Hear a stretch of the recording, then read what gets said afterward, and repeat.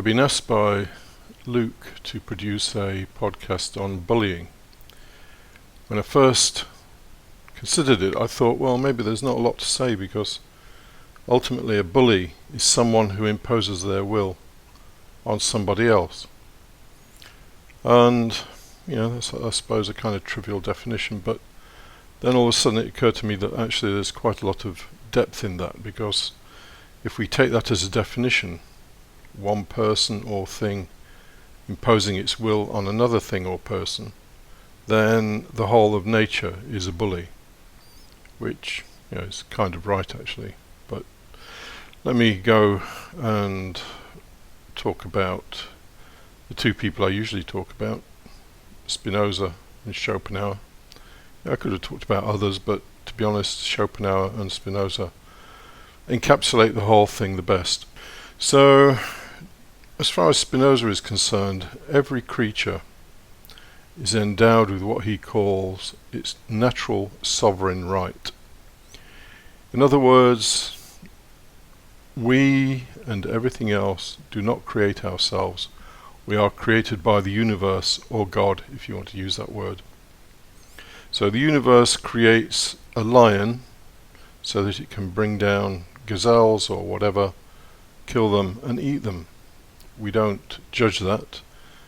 People looking at it sort of excuse the barbarity of it by just saying, oh, it's nature.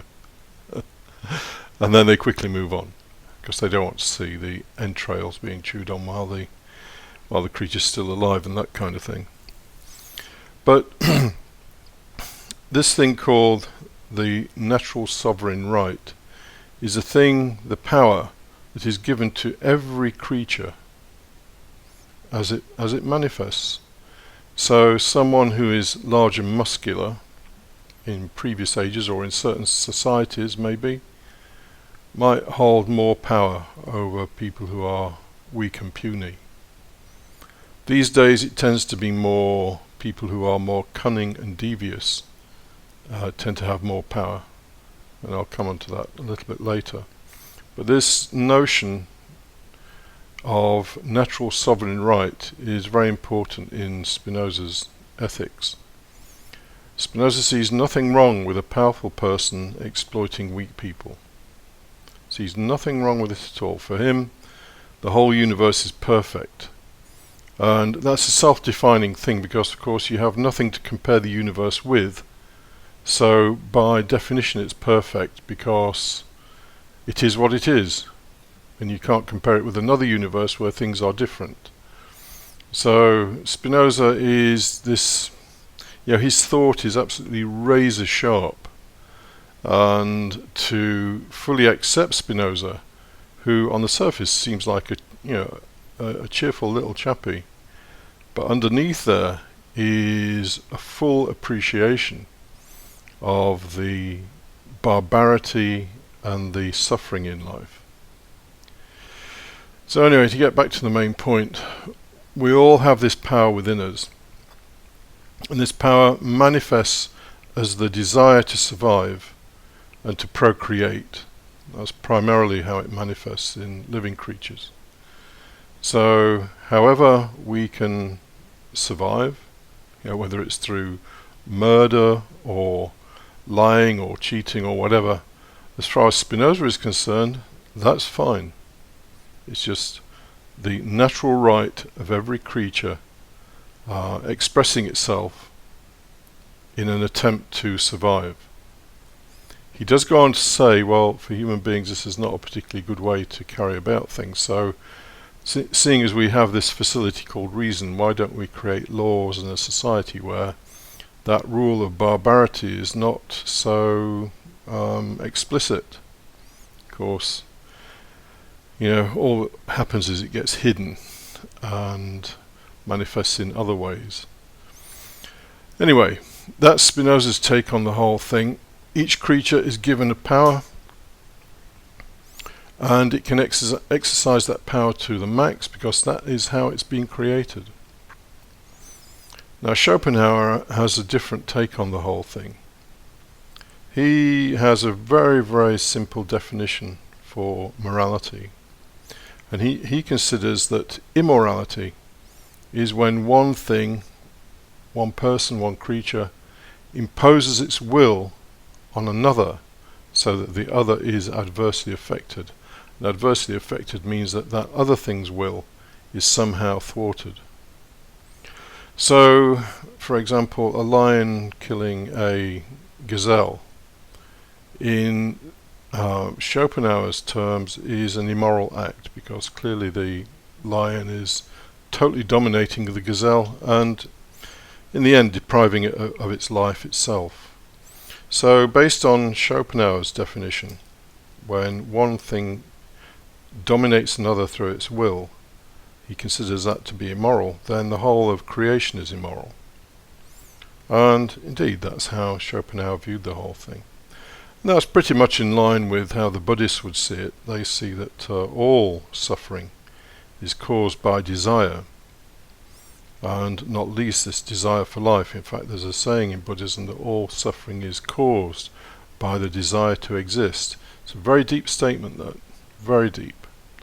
In fact, if you want an anchor point, when you look at the whole of life and look at it and think, what the hell is going on here, then that is telling you basically what's going on. Every creature, everything is working as hard as it can to continue with its existence because it desires it, and in the process creating one hell of a lot of suffering.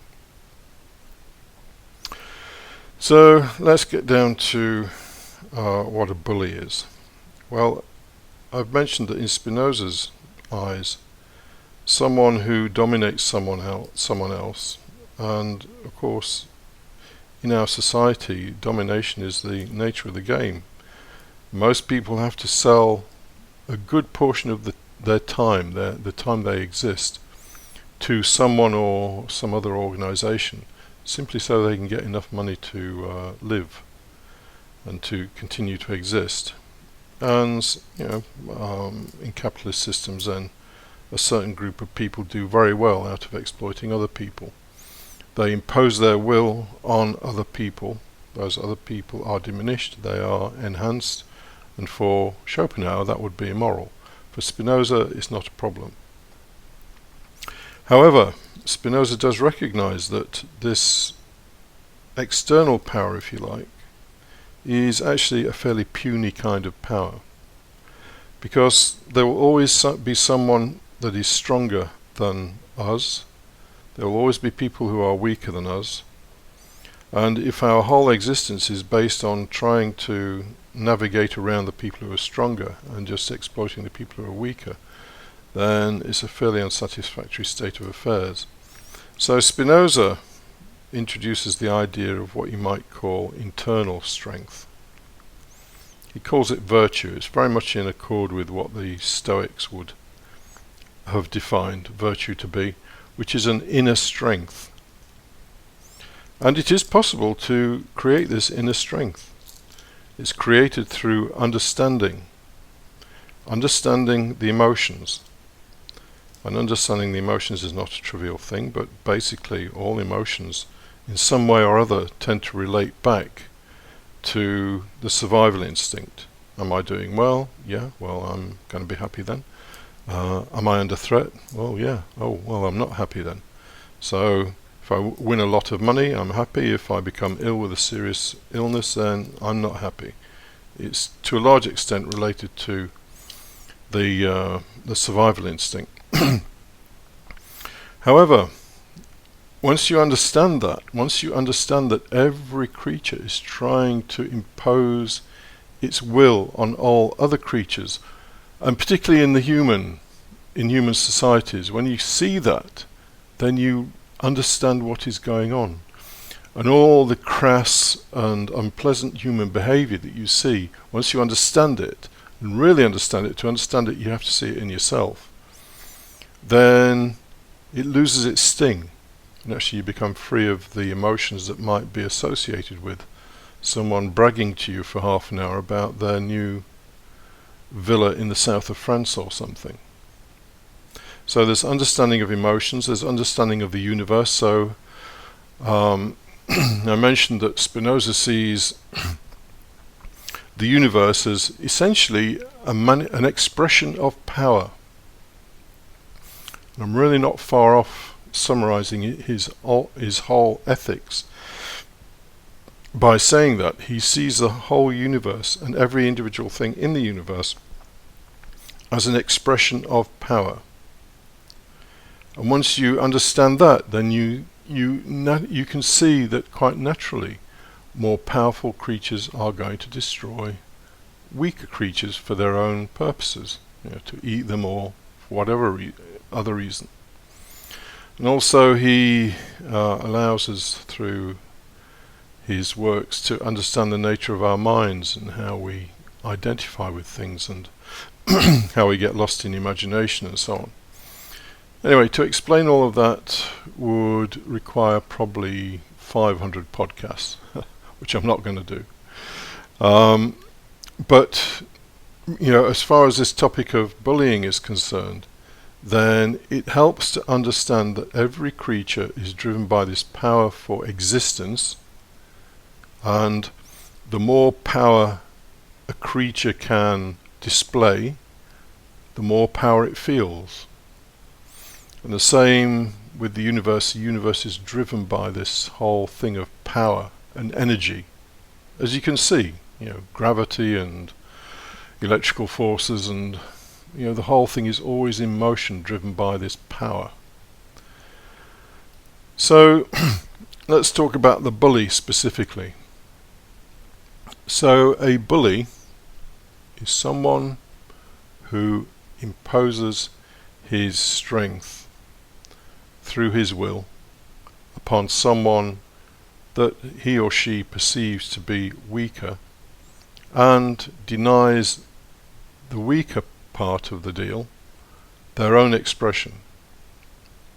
So, a playground bully is someone who will go and taunt and possibly beat up or something some other kid. It's an expression of their power. The problem is, for that person, for the bully, the reason they have to do that is because they have no power within them. Zero. And in fact, you'll very often find, for me, the people I've known who've been bullies, you will find that they in turn have been bullied at some point. And because they were bullied, their own sense of power was diminished. And they then go out and bully because they need to regain that sense of power. And so they look for weaker people to bully.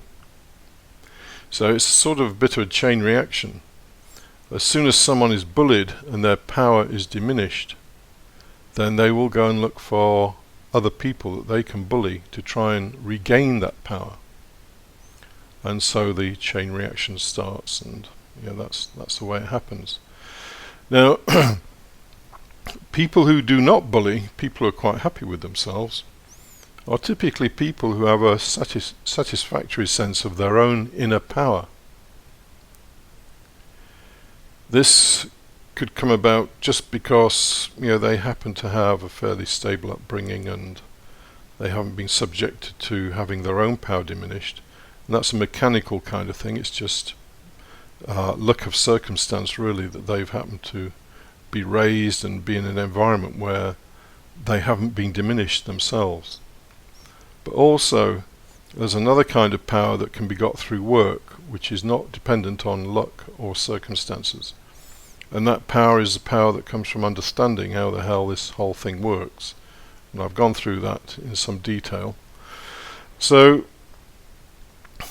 the bully is essentially a person who has no or a very low sense of power within themselves, and they need to regain that power through imposing their will upon other people or things, and that in turn makes them feel powerful.